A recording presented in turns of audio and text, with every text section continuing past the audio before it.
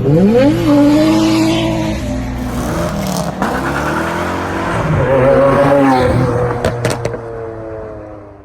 going on? Welcome back to the Driver's Lounge. This is part 3 of the AE86 Project Car restoration. In this video, I'm going to show you about the things that I've done so far because I haven't quite got you guys up to scratch with where I'm actually at with it. But we're going to work on fixing the rest of the roof. We're going to work on this rear quarter here, and we're going to fix this beaver panel here as well. I've already started on some of it, but I want to just absolutely finish it, get it all sorted, because then really there's only a couple little things left and I can almost say that for the millionth time, it's ready for paint. So let's go over the car. I'll show you guys what I've done, where I'm up to, and then we will hit it and fix the rest of it. Let's do it. So on the AE86, both rear quarters actually have flared metal guards. Underneath here, there's welds, and then obviously on top of it, to make sure it's actually pretty, it's been bogged over. Now, whoever did it last time probably did a bit of a rush job from what I can tell, because there were patches and low spots all through the entire flared component of it. So what I've tried to do is repair all the low spots and just get this as smooth as I can. Fill out any little cracks that were on there. There's like weird lines that were running through it.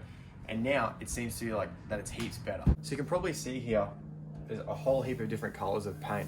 That's because I've had to use a guide coat as well as the flat sanding block to go across it and really get it as smooth as I can. And it seems now that it's actually pretty straight. So I'm considering this rear quarter done. I've probably done 3 levels of it, and I think that it's pretty much good to go.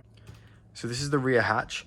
I've got a video on a separate channel where I actually popped the glass out of this and saved the seal. So I didn't actually break the seal that holds it in place. Bottom corners of this hatch actually had quite a bit of filler already in it. So what I've done is I've taken that out and tried to reshape it as best as I can.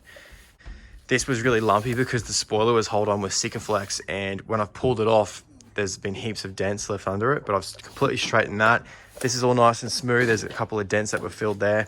So I'm happy with that. Just need to finish that sanding that flat just there. And then I'm pretty much onto this rear quarter. This rear quarter's already got quite a bit of filler in it. I think at one point in time, it's obviously done a wall tap and it's hit it. What I'm trying to do at the moment is actually repair this body line. If you look here, it runs straight across and then it sort of disappears here. And that's, I think, because if you look at it from this angle, there's a massive dent there. I'll probably go over it one more time, just keep sanding off this high spot, and then I'm going to wax some filler there and try and build this body line back into it.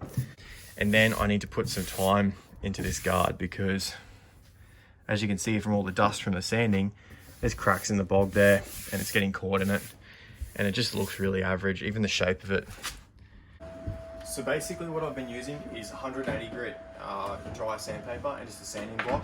The sanding block makes sure that the surface is even as you go over it, so it gets rid of all the high spots and it will level it out until you do a guide coat over it, which is the paint, and it will show the low spots. But I'm going to get into sanding here and speed this up a little bit.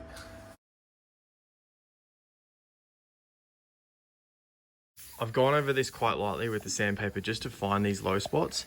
And anywhere where you can really see the dark black, so pretty much all these spots here are all low.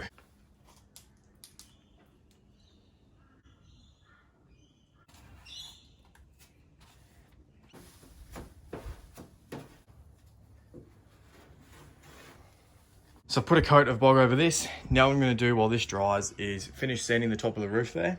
And I might even get another level of bog just here on this corner where there was a dent, and sand over it and make sure that it's just about as flat as I can get it. And then we can probably start hitting this this guard as well. Flatten this out now. Oh, I did one more quick coat of some other bits and pieces on here that I've found.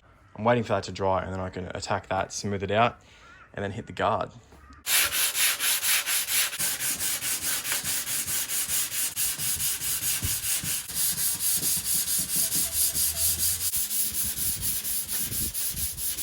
Alright, so I've pretty much got all this bog back to a flat sort of surface. I think there's a little bit more work up here that needs doing. I need to fill and recreate some of the body line here that was taken out when this was repaired the first time. But now what I'm going to do is I'm going to attack this guard, take all the black off, that was a guide coat and see where the low spots are. And I can already feel that there's a heap of problems in here in the bog work. So I'm going to strip that back with my sanding block and try and reshape it to match the other side. So I'm sure it's going to take a couple of turns of sanding, rebogging, and then just refining each time. So I'm going to hit that now.